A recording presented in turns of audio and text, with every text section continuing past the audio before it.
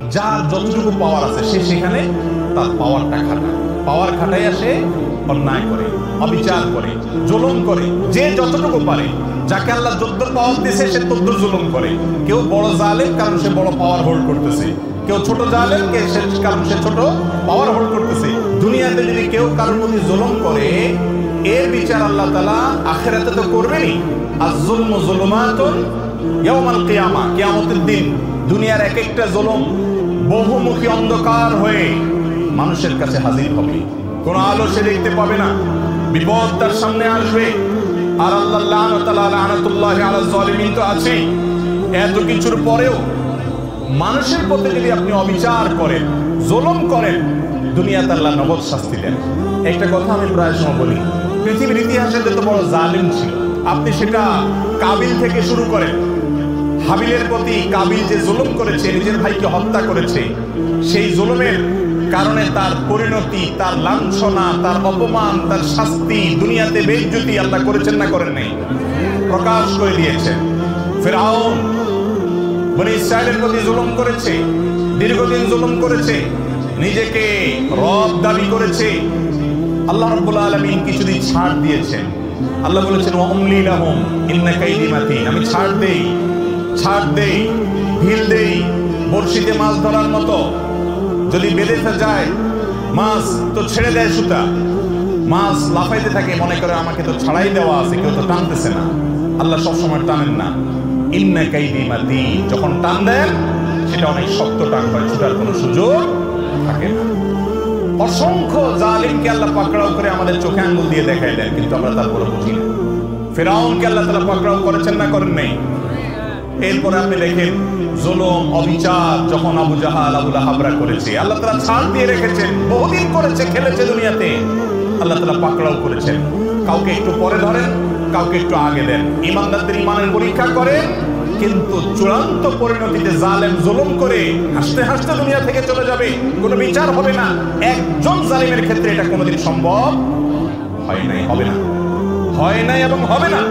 নবী সাল্লাল্লাহু আলাইহি ওয়াসাল্লামের ওয়াদা, জুলুম, অবিচার, অত্যাচার, লুণ্ঠন এবং দুঃশাসন, অপশাসন, মানুষের প্রতি মানুষকে কষ্ট দেওয়া, এই কাজগুলো যারা করে আল্লাহ তাআলা তাদেরকে দুনিয়াতে শাস্তি দেন, আখিরাতে তো আছেই।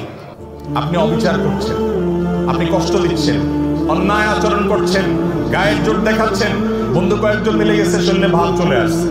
এই ভাবের চোটে যৌবন কাল থেকে কত রিকশাওয়ালা, কত চা দোকানদার, কত বাস কন্ট্রাক্টর, কত কাজের মানুষ, কত গরিব মানুষ, কত দুর্বল, কত অসহায়, কত মানুষকে ধমক দিয়েছেন, ধাক্কা দিয়েছেন, চোখ রাঙিয়েছেন, অপরাধ করেছেন, জুলুম করেছেন, গায়ের জোর দেখিয়েছেন। সবগুলো হিস্ট্রি যদি একত্র করা হয় তো দেখবেন আমল নামার ভিতরে হাজার হাজার জুলুম ভরে আছে। ঠিক না বেঠিক? জটিল একটা বিষয়, জটিল একটা বিষয়। ভাইরে, ঈমানদারকে আল্লাহ রাব্বুল আলামিন বান্দার হকের ব্যাপারে অনেক সাবধান হতে বলেছেন, অনেক সাবধান, অনেক সাবধান। আপনি আল্লাহর 10টা হুকুমের নাফরমানি করেছেন, মাপ চেয়ে ক্ষমা পাবেন আশা করা যায়। একজন অসহায় মানুষের প্রতি জুলুম করেছেন, ধাক্কা দিয়েছেন, এটা মাপ পাবেন কিনা কিয়ামতের ময়দানে এই আশা খুবই ক্ষীণ। কারণ এটা আল্লাহর আদালতে আল্লাহ নিজে বিচার করবেন না, এটা চলে যাবে বান্দার কাছে। বান্দার কাছে আল্লাহ পাঠিয়ে দিবেন, সে কি বলে দেখো। আর সেদিন এমন একটা ব্যাপার হবে, একজন সাধারণ রিকশাওয়ালাকে অযথা একটা ধাক্কা দিচ্ছেন, 5টা টাকা গায়ের জোরে কম দিচ্ছেন তর্কাতর্কি করার কারণে, ধমক দিয়ে একটা মানুষকে অবিচার করেছেন।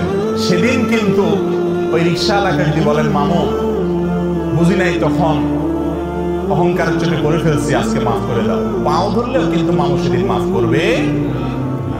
কারণ সেদিন সবাই ইয়া নাফসি, ইয়া নাফসি, শুধু আমল দরকার। একটা সওয়াব পেলে একটা কদম আগায় গেল, জাহান্নাম থেকে সরে গেল। ইয়াউমা ইয়াফিরুল মারউ মিন আখিহি ওয়া উম্মিহি ওয়া আবিহি, সেদিন বাপ থেকে, ভাই থেকে, স্ত্রী থেকে, একে অন্য থেকে পলায়ন করবে, সবাই ইয়া নাফসি, ইয়া নাফসি করবে, কেউ কাউকে ছাড়বে না। এই জন্য জুলুমের সমস্ত মামলা দুনিয়াতে সেটাকে ভ্যানিশ করে, ফিনিশ করে, নিষ্পত্তি করে তারপরে যেতে হবে ইনশাআল্লাহ। কারোর প্রতি জুলুম করবো না তো ইনশাআল্লাহ। যদি কখনো হয়ে যায়, মাপ চাওয়া শিখতে হবে। ঈমানদারের একটা বড় গুণ হলো মাপ চাওয়া। বারবার মাপ চাইতে হবে, রিপিটেডলি মাপ চাইতে হবে। রাস্তায় একজন লোকের সাথে বেয়াদবি করে ফেলেছেন, দোকানদার সাথে বেয়াদবি করেছেন, পরে আপনার ইমানি চেতনা জাগ্রত হয়েছে, কাজটা তো ভালো করি নাই, আমি তো মানুষটার প্রতি অবিচার করেছি, একা একা যান, যা মাপ চাই আসেন। বন্ধুদের সামনে যদি তার সাথে বেয়াদবি করেন, বন্ধুদের সামনে মাপ চাইবেন এবং নিজেকে ছোট করবেন, নিচের দিকে তাকিয়ে থাকবেন। একজন সাহাবী আরেক সাহাবীকে একটা কথা বলে ফেলেছেন, রাসূল আকরাম সাল্লাল্লাহু আলাইহি ওয়াসাল্লাম শুনে কষ্ট পেয়েছেন এবং শাসন করেছেন যে তুমি এই কথা কেন বললে, তার কষ্ট হয় এরকম কথা বুঝে উঠতে পারেন নাই, তিনি বলে ফেলেছেন। সাথে সাথে তার ভাইয়ের কাছে তিনি মাপ চেয়েছেন, এমন মাপ চাওয়া যে মাপ না দিয়ে উপায় নেই। এ হলো মুসলমান। তাহলে কারোর প্রতি জুলুম করবো না তো ইনশাআল্লাহ, এগুলোর জন্য তওবা করবো তো ইনশাআল্লাহ। মনে রাখবো, একটি আচরণ খারাপ হবে আল্লাহর কাছে পাকড়াও হবে। বারবার বলছি, ঈমানদারের জন্য করণীয় কাজ, আপনি ইবাদত গুজার করলেন, জিকির আজকার, ওয়াজ শুনলেন, ওয়াজ করলেন, তেলাওয়াত করলেন, দান সদকা করলেন, এগুলো ভালো কাজ করেন, কিন্তু আপনার দ্বারা উল্টাপাল্টা কি হচ্ছে, অপরাধ কি হচ্ছে সেটা খেয়াল করেন। বহু নামাজি মানুষ আছে দেখবেন, নামাজ কালাম পড়ে, দাঁড়িয়ে সবই আছে, কিন্তু আইন খেলে নেই। তাহলে এই লোকটা বুঝতেই আসে না যে দিনদারি কি, তাই নামাজ কালাম তাকে জান্নাতে নিবে না, সে জানে না। সে জানে না বান্দার হক আল্লাহর হকের চাইতে অনেক ক্রিটিক্যাল, অনেক রিস্কি, এটার জন্য পার পাওয়া খুব কঠিন। এই আইন ঠেলার কারণে তার নামাজে তাকে জান্নাতে নিতে পারবে না, কুলাবে না।